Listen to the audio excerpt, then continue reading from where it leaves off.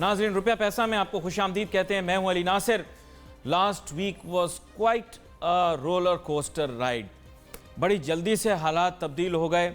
जहां मामलात कहीं और जा रहे थे, पाकिस्तान तरक्की की राहों पर गामजन था। सऊदी शहजादा मोहम्मद बिन सलमान पाकिस्तान तशरीफ़ लाए। उसके बाद उम्मीदें बहुत ज़्यादा बढ़ गईं, तवक्कुआत बहुत ज़्यादा बढ़ गईं और अवाम ने तो संजीदगी से लिया ही नहीं। जो पुलवामा वाक़या हिंदुस्तान में हुआ, भाई हमें क्या मालूम उसके क्या आउटकम्स निकल सकते हैं। आप पता है, दहशतगर्दी के वाक़यात पाकिस्तान में इतने ज़्यादा होते रहे कि अब हम पर दूसरे ममालिक के अंदर इस नौइयत के दहशतगर्दी के वाक़यात पेश आने की खबर जो है वो कोई ख़ास अचंभे की बात नहीं होती। ताहम हिंदुस्तान में इलेक्शन होने वाले थे, उन्होंने बात का बतंगड़ बना दिया। और मैं ये तो नहीं कहूँगा कि they made a mountain out of a molehill, क्योंकि जाहिर बात है उनके मुल्क के अंदर तो ये बहुत बड़ा वाक़या एक तस्वर किया जा रहा था। कश्मीर एक डिस्टर्ब्ड एरिया है, वहाँ पर आपको पता है डिस्प्यूटेड रीजन है, तो उसकी वजह से वहाँ पर बहुत सारे हालात जो हैं वो बिगड़ गए और फिर उसके जो आउटकम थे और जो आउटफॉल था वो हमने पाकिस्तान हिंदुस्तान के बाहमी ताल्लुकात में देखा। और मैं अब उसकी तफसील में और मज़ीद नहीं जाना चाहता, उस पर हम प्रोग्राम पहले कर चुके हैं। ताहम हमने अभिनंदन को छोड़ दिया और उसके बाद मामला काफ़ी हद तक ठंडा हो गया, रिलैक्स हो गया।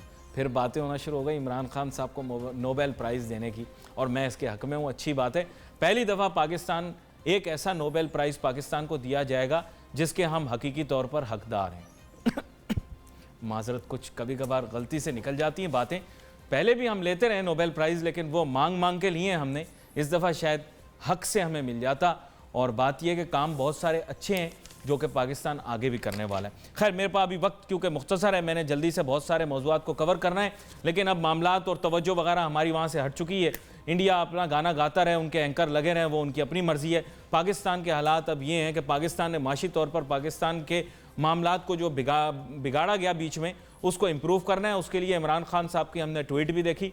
इमरान खान साहब ने ट्वीट दी, ट्वीट के अंदर हमें पता ये लगा कि जो हमारे मुल्क के अंदर तवील मंजिला इमारात हैं, इनको बनना चाहिए और ममालिक की तरह हमें भी कोशिश करनी चाहिए हम स्काई स्क्रैपर बनाएं, क्योंकि पूरा मुल्क एक हाउसिंग सोसाइटी बन चुका है। मैं बहुत दफ़ा इस पर शोर मचाता रहा हूँ, बतौर सहाफ़ी आवाज़ उठाता रहा हूँ कि हमारे यहाँ जनाब कराची का एरिया जो है ये जाकर ठोकर न्याज बेग पर ख़त्म होगा, और मेरे ख्याल लाहौर आकर जो है वो यहाँ पर, अब तो खैर एरिया मुख्तलिफ हो गए सारे, मेरे ख्याल यहाँ पर आकर फिर भेरिया टाउन पे कराची पे ख़त्म होगा। क्योंकि लाहौर और कराची जो है पूरा आपस में रियल एस्टेट ही रियल एस्टेट बन गई है। जहाँ देखो हर आदमी हाउसिंग सोसाइटी बना रहा है। 2 ईंटें रखी, बोर्ड लगाया, रियल एस्टेट बिक रही है जी, प्रॉपर्टी बिक रही है जी, हाउसिंग सोसाइटी बन गई। शुक्र है इमरान खान साहब ने इस चीज़ को नोट किया। मेरे ख्याल से पाकिस्तान हिंदुस्तान की कशीदगी के बाद सबसे इंपॉर्टेंट इशू ये, मैं आप बताऊं, इस मुल्क का चप्पा चप्पा बिक चुका है। और हैरानगी की बात है, हर बंदा वहाँ पर रियल एस्टेट बनाना चाहता है। इस तक के कब्रिस्तान भी एक रियल एस्टेट है। आप जाएं, ये गोरकन कहते हैं ना उसको, वो जो कब्रें बनाता है, उसके पास जाएं आप, वो प्लाटों की तरह आपको कब्रें बेच रहा होता है। ये कब्र इतने की है, वो कब्र इतने की है, ये कब्र इतने की पड़ेगी, वो वाली छाँव में उसकी वो कब्र इतने की होगी, ये कब्र इतने की पड़ेगी। अच्छा, ये आपके रिश्तेदार के पास वाली कब्र है। बिल्कुल रियल एस्टेट एजेंट बने हुए कब्रिस्तान के अंदर कब्रें तक बेच रहे हैं। तो थैंक यू इमरान खान साहब, आपने इस चीज़ को नोट किया। और बड़े अरसे से मेरे ख्याल देरीना ख्वाहिश थी कि बुलंदो वाला इमारात जो है वो जो है तामीर की जाएँ, स्काई स्क्रैपर बनाए जाएँ पाकिस्तान के अंदर। दूसरे ममालिक के साथ हमारा मुकाबला। एक छोटी सी ब्रेक लेनी है, ब्रेक के बाद जब वापस आएंगे तो अपनी गुफ्तगू को जारी रखें और हसन बख्शी साहब जो कि चेयरमैन है आबाद के, उनको शामिल गुफ्तगू करेंगे। यहाँ पर नाजरीन, let's take a short break.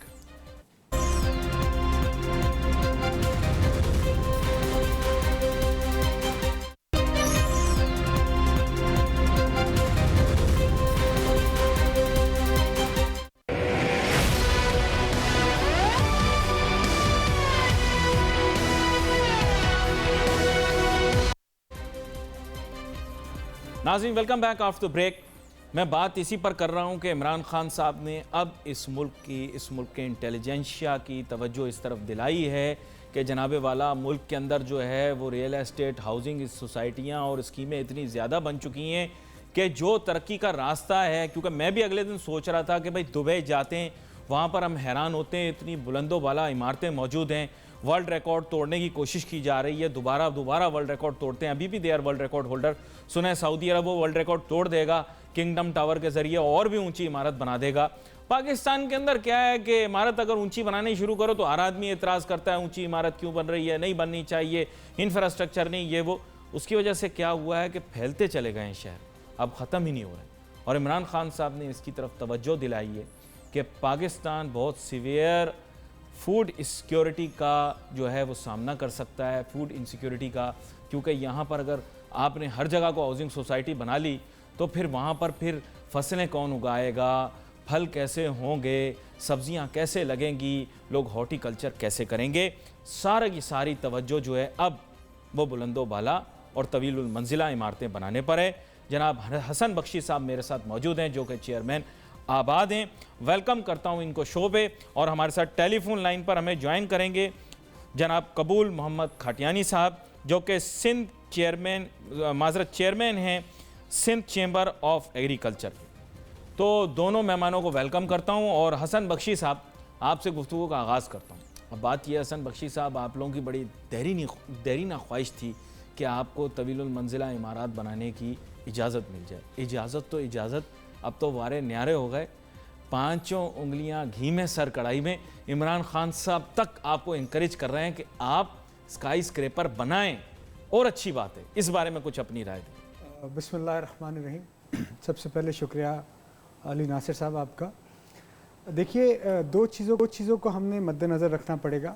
एक तो इसमें कोई राय नहीं है कि पाकिस्तान की पॉपुलेशन तकरीबन 22 करोड़ है और बहुत तेज़ी से बढ़ रही है।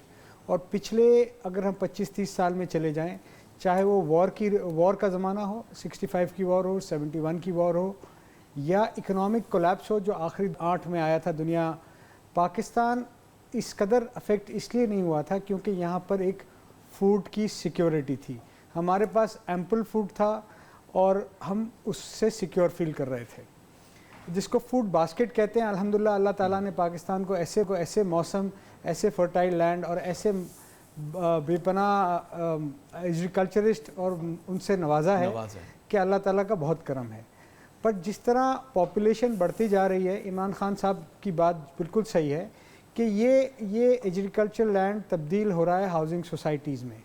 इससे ना तो वो फूड सिक्योरिटी आते वक्त में इफ़ेक्ट होती हुई नज़र आ रही है, बल्कि एक इन्वायरमेंटल भी बहुत एक हैज़र्ड नज़र आता जा रहा है। उनका कहना था, और ये बहुत अरसे से आबाद भी कह रही थी, कि multi storey buildings, sky scrapers बनने की इजाज़त दी जाए, क्योंकि अगर ये हाउसिंग सोसाइटी बनती है तो इसके लिए बहुत बड़ा एक नया इंफ्रास्ट्रक्चर ले करना पड़ता है। और जबकि वो डेवलप इलाके में अगर स्काई स्क्रैपर या हाई राइज बिल्डिंग बनती है तो जो एग्जिस्टिंग इंफ्रास्ट्रक्चर है उसको मज़ीद इम्प्रूव करना पड़ता है, जिसकी कॉस्ट भी कम आती है और जिसके लिए टाइम भी कम लगता है। ये बड़ा अहम नुक्ता है जो कि अभी रेस किया गया है। यहाँ पर मैं कोशिश करूँगा कि कबूल मोहम्मद खटियान साहब को भी शामिल करूँ। ये सदर हैं सिंध चेंबर ऑफ एग्रीकल्चर के। सर, अब बात यह है कि मेरे ख्याल से सिंध में भी यही मसला है, सूबा पंजाब में भी यही मसला है और दीगर सूबों में भी ये मसला है कि जहाँ कोई ज़मीन नज़दीक हो मेन रोड के, सड़क के या किसी अर्बन एरिया के, वहाँ पे रियल एस्टेट स्कीम लाई जाती है, रियल एस्टेट का कोई ना कोई कॉलोनी बना दी जाती है और इसके बाद फिर क्या होता है, लोग उसके ऊपर एग्रीकल्चर करना छोड़ देते हैं। डू यू थिंक कि इमरान खान साहब ने जो बात की है उसमें बहुत ज़्यादा वजन है? सर, पहले तो सब दोस्तों को अस्सलाम वालेकुम। सर देखिए, सिंध सूबे में जिस भी शहर के बाहर अगर आप जाएंगे तो आप देखेंगे कि नई आबादी जब जैसे बढ़ रही है तो नई स्कीमें आना शुरू हो गई हैं और एग्रीकल्चर लैंड पे लोगों ने कन्वर्जन करा के और स्कीमें बनाना शुरू कर दी हैं। ठीक है ना। इसमें सर देखें, जो सी क्लास की लैंड है उस पे तो अगर बन जाए कोई कॉलोनी तो कोई एतराज नहीं होना चाहिए कि जिस पे आबादी हो ही नहीं सकती है। लेकिन जो ए क्लास लैंड है उसके लिए बहुत अच्छा ये इन्होंने डेफिनेटली दिया है कि उस पर नहीं बननी चाहिए सोसाइटीज कि जो हम लोग के एग्रीकल्चर में काम आ सकती हैं। फूड, हम लोग वैसे प्रेजेंटली एक फूड सिक्योर कंट्री हैं। हम लोग प्रेजेंटली अपने मुल्क को भी खाना खिलाते हैं और बराबर वाले भी एक दो मुल्कों को लीगली इलीगली खाना हम खिला रहे हैं। ठीक है ना। अच्छा। तो इसलिए ये तो अल्लाह का शुक्र है कि हम लोग एक ऐसी जगह पे, लोकेशन हमारी इस तरह की है और वेदर कंडीशंस हमारी बहुत जबरदस्त हैं। दूसरी बात रही कि हाई राइज बिल्डिंग्स की, देखें सर, हाई राइज बिल्डिंग्स को एक इस तरह बनाना चाहिए, बाहर के मुल्कों में पहले इंफ्रास्ट्रक्चर उनका जब तक मजबूत नहीं होगा, सीवेज का सिस्टम, पानी का सिस्टम, ये प्रेजेंटली कराची में ये हो रहा है कि कराची के शहर में जो ऑलरेडी रेजिडेंशियल प्लॉट्स थे उनको कन्वर्ट करके इनटू बिल्डिंगों के प्लॉट में। अच्छा, और नहीं फिर नहीं उसको कबूल साहब, बनाया यहाँ जा पर एक चीज मैं आपसे जिक्र करना चाहूंगा। असल में बुनियादी बात यह है कि सारा का सारा दबाव जो है वो कराची शहर पर है, जबकि अगर देखा जाए तारीखी तौर पर तो सिंध में और भी ऐसे शहर रहे हैं माजी के अंदर जहां पर जो है which have been seats of government and they have had very जैसे कहें हिस्टोरिकल प्रोमिनेंस, तो उन शहरों को डेवलप किया जाए एज अर्बन सेंटर्स, वहां पर भी तो कोई काम नहीं हो रहा। ये कोई ढकी छुपी बात तो नहीं है कि पहले कैपिटल हैदराबाद होता था। देखें कराची के आगे पीछे बाहर जैसे बहरिया टाउन बना है, उसका इंफ्रास्ट्रक्चर बहुत स्ट्रॉन्ग है, हम लोग देख के आए, जबरदस्त तरीके से बन रहा है। उसके अलावा कराची के बाहर डीएचए सिटी बन रही है, वो भी हसन बहुत बख्शी साहब के जबरदस्त चेहरे के infrastructure बन रहा है। तासुरात तब्दील लेकिन हो रहे हैं। कराची शहर के अंदर अगर प्रेशर दिया जाएगा बहुत ज्यादा और इस तरह की बिल्डिंगें खड़ी की जाएंगी तो सर हर जगह गटर उबलने लगेंगे, आपके रोड रास्ते टूटेंगे, उसकी वजह से इंफ्रास्ट्रक्चर पे थोड़ा मजबूत करके फिर आप बिल्कुल। ये बड़ा आम नुक्ता आपने उठाया हसन बख्शी साहब। हसन बख्शी साहब ये देखें, कबूल साहब ताल्लुक तो एग्रीकल्चर से है, लेकिन उन्होंने अर्बन प्लानिंग का एक इशू उठा दिया। उन्होंने कहा ठीक है आप सही कह रहे हैं, ऐसी ज़मीन जो कि इस्तेमाल नहीं की जा सकती एग्रीकल्चर के लिए वहाँ पर तो बना लें, उसके अलावा कहीं ना करें कोई हाउसिंग स्कीम वगैरह। लेकिन अब बात यह है कि वो कह रहे हैं कि आपका इंफ्रास्ट्रक्चर है नहीं, कराची शहर के अंदर कैसे इमारतें बनाएंगे तवीलुल मंजिला, इसका भी जवाब तो पहले जी कबूल साहब ये जवाब दे रहे हैं आपके। अली नासिर साहब, हम यहाँ बैठे हैं सिर्फ कराची पाकिस्तान नहीं है, पूरे पाकिस्तान को डिस्कस करने के लिए बैठे हैं। पाकिस्तान में दूसरे शहर भी हैं, पाकिस्तान में लाहौर भी है, पाकिस्तान में इस्लामाबाद भी है, पाकिस्तान में कोटा भी है, पेशावर भी है। देखिए दुनिया का हर मुल्क तरक्की याफ्ता मुल्क में एक हाई राइज जोन होता है, स्काई स्क्रेपर्स होते हैं। आज शंघाई किस चीज़ से माना जाता है? स्काई स्क्रेपर्स से माना जाता है। वो आपके मुल्क का एक सॉफ्ट इमेज देता है। इसी तरह वो एक बिल्डिंग में जो 50 माले या 70 माले हैं, 10 हज़ार लोगों की एम्प्लॉयमेंट जनरेट होती है। अगर वो ऑफिस बिल्डिंग है, उसमें आपके कॉल सेंटर्स होते हैं, उसमें सॉफ्टवेयर हाउसेज होते हैं, उसमें बहुत चीज़ें होती हैं। अब जहाँ रही इंफ्रास्ट्रक्चर की बात, तो मैं इनसे बिल्कुल एग्री करूँगा और आप भी एग्री करेंगे, कोई भी मेरे ख्याल में जी शऊर आदमी इस पर डिबेट नहीं करेगा कि इंफ्रास्ट्रक्चर एक बेहतरीन अंदाज में डेवलप करना गवर्नमेंट का काम है। और उस डेवलपमेंट के लिए जो भी अखराजात होते हैं, जो बिल्डर डेवलपर वहाँ पर हाई राइज बिल्डिंग या स्काई स्क्रेपर बनाता है, उससे फ़ीस की मद में उसने लेना चाहिए। और उसकी मेंटेनेंस वो जो गवर्नमेंट वक्त की गवर्नमेंट है उसका काम है। नहीं, लेकिन उनकी बात में जो हिस्सा आप कह रहे हैं मैं इत्तेफाक करूं, उन्होंने तो पीर बाबा की भी बड़ी तारीफ की है कि उन्होंने हाउसिंग सोसाइटी बनाई, उसमें इंफ्रास्ट्रक्चर बहुत अच्छा दिया, वहां तो गवर्नमेंट की उन्हें जरूरत नहीं पड़ी, उन्होंने तो खुद कर दिया और वहां पर हाई राइज बिल्डिंग भी बना रहे हैं। ये मतलब देखिए, मादरत में बात वो करता हूँ जो थोड़ी मेरी अपनी शरारत जरूर होती है। मैं आपको बात बताऊँ, एक तो ये मैटर सब्जुडिस है बहरिया वाला, हमें थोड़ा सा ख्याल रखना चाहिए बात करने से। और आपको पता है बहरिया की जो ज़मीन है उस पर एक बहुत बड़ी डिबेट चल रही है। इस पर डिबेट चल रही है कि बहरिया ने इंफ्रास्ट्रक्चर डेवलपमेंट करने के लिए पैसे दिए या नहीं दिए, बेटरमेंट चार्जेस भरे या नहीं भरे। और मैं समझता हूँ कि ज़्यादा वक्त दूर नहीं, आते 1-1.5 महीने में इसका रिज़ल्ट सामने आ जाएगा। हम वो बात करें जो पूरे पाकिस्तान में हो रहा है। देखिए, हो ये रहा था कि बहुत सारे ऑर्चर्ड फार्म्स को ख़त्म करके वहाँ पर ये हाउसिंग स्कीम्स आ रही थी या वहाँ फार्म हाउसेज आ रहे थे, तो उससे यकीनन उन शहरों के करीब का एग्रीकल्चर नुकसान हो रहा था। वहाँ पर सब्जियाँ, वहाँ पर फल, वहाँ पर फ्रूट महंगे दामों में मिल रहे थे और दूर से ट्रांसपोर्ट करना पड़ रहे थे।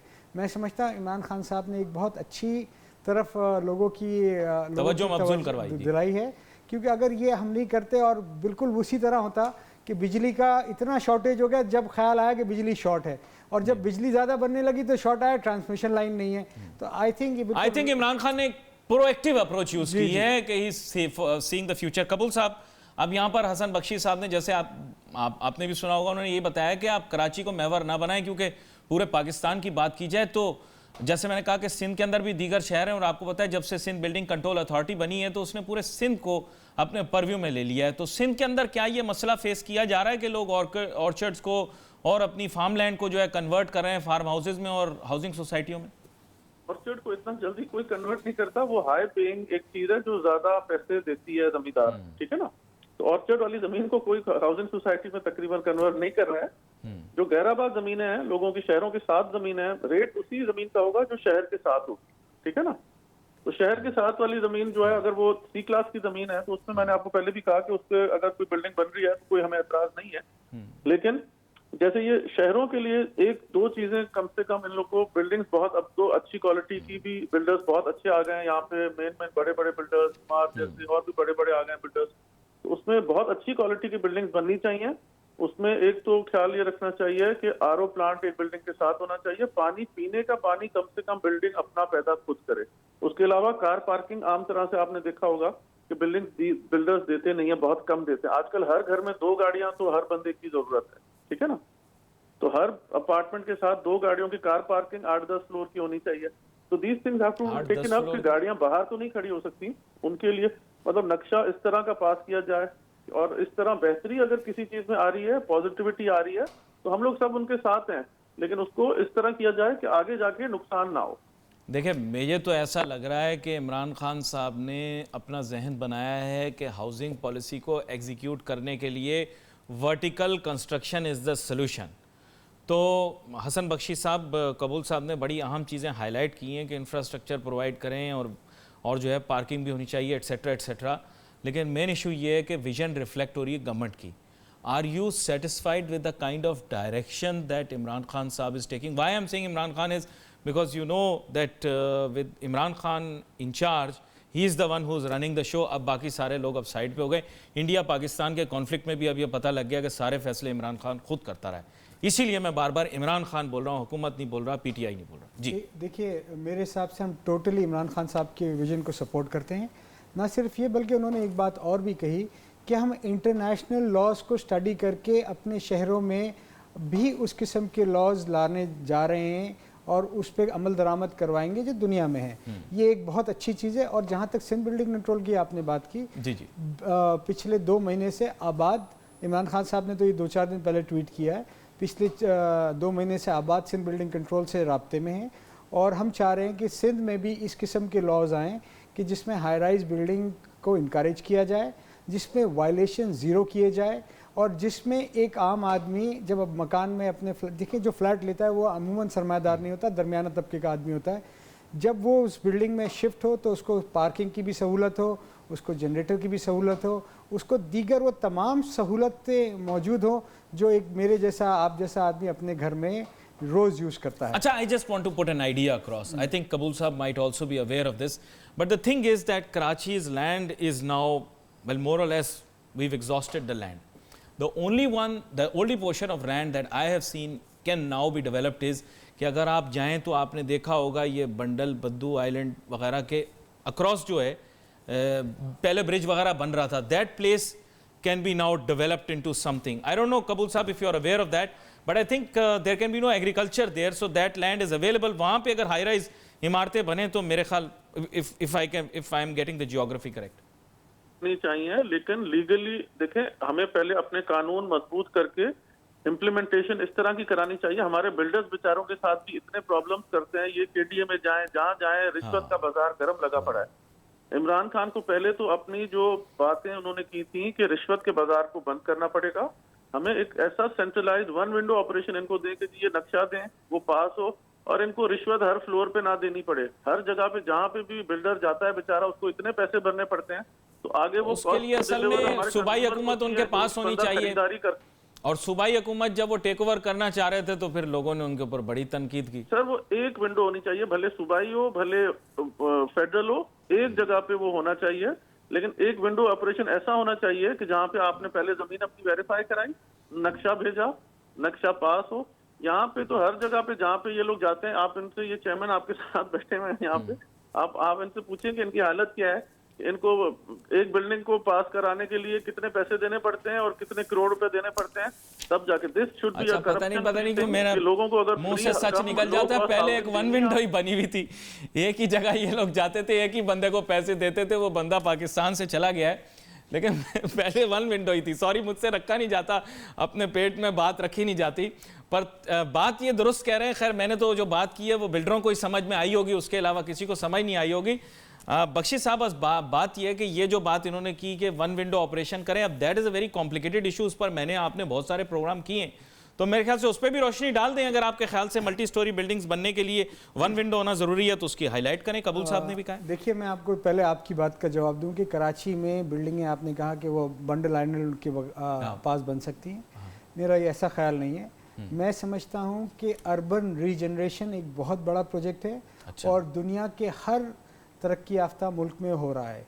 कराची में भी ये अर्बन रीजनरेशन का काम फेडरल गवर्नमेंट अपने लैंड पे करने जा रही है। That means existing लैंड को जी। मकसद जिस तरह फेडरल गवर्नमेंट का कराची में 550 एकड़ ज़मीन है, जिसमें Pakistan quarters, Clayton quarters, Marton quarters, FC quarters, मैंने उनको प्रपोजल दिया है। मैंने से मकसद आबाद में प्रपोजल दिया है कि यहाँ पर इसको ख़त्म करके हाई राइज बिल्डिंग बनाएं, गवर्नमेंट अपने क्वार्टर हमसे फ्री लें।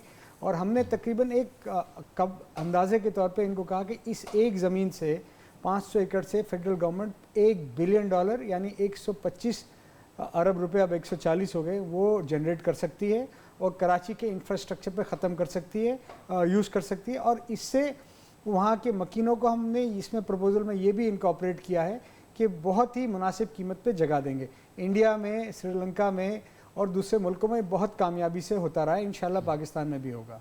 एक सो यू फील के ऑलरेडी पॉपुलेटेड वो एरियाज जो कि सिटी के सेंटर में हैं और शायद उनकी यूटिलाइजेशन सही नहीं हो रही, उनको दोबारा से फ़ाल किया जाए और उनको सही तौर पर इस्तेमाल किया जाए, मैं करेक्ट? इसमें मैं वो भी ऐड कर रहा हूँ जो कच्ची आबादियाँ हैं, जो लीज्ड हैं और जो लीज नहीं है। दुनिया में ऐसे कानून बन चुके हैं और उस पर अमल दरामद हो रहा है। देखिए, जो सिक्योरिटी फोर्सेस ने कुर्बानी दी और कराची में एक अमन लेके आए, सबसे बड़ा अमन और देर तक कायम रहेगा जब ये कच्ची आबादियाँ ख़त्म होगी और इनके मकीनों को इस पे डॉक्यूमेंट्स मिलेंगे और एक जायज़ रहने का राइट मिलेगा। उनको एक, उनके बच्चों को भी स्कूल मिलेगा, उनके बच्चों को भी प्लेग्राउंड मिलेगा और दीगर चीज़ें मिलेंगी, यकीनन ये मिलेगा। दूसरा, जो आपने बायलॉज की बात की थी, मैं 2 मिनट आपके लूँगा। यकीनन वन विंडो पे हमारी इफ्तिखार कायम खानी से बात हो रही है, जो DGSB से है। और अच्छा, इसके ऊपर हमारी बात जारी रहेगी, लेकिन चूंकि आज वक्त थोड़ा मुख्तसर है, हमने बहुत सारे मौजूआत को आज कवर करना था, तो कोशिश की कि आगे आने वाले दिनों के अंदर आपको दोबारा से मदऊ करें, इस मौजू को हम मुकम्मल करें। आप दोनों मेहमानों का बहुत बहुत शुक्रिया। We wait for your messages on Facebook. Ali Nasir हमारी टीम को इजाज़त दीजिए। अल्लाह हाफिज़।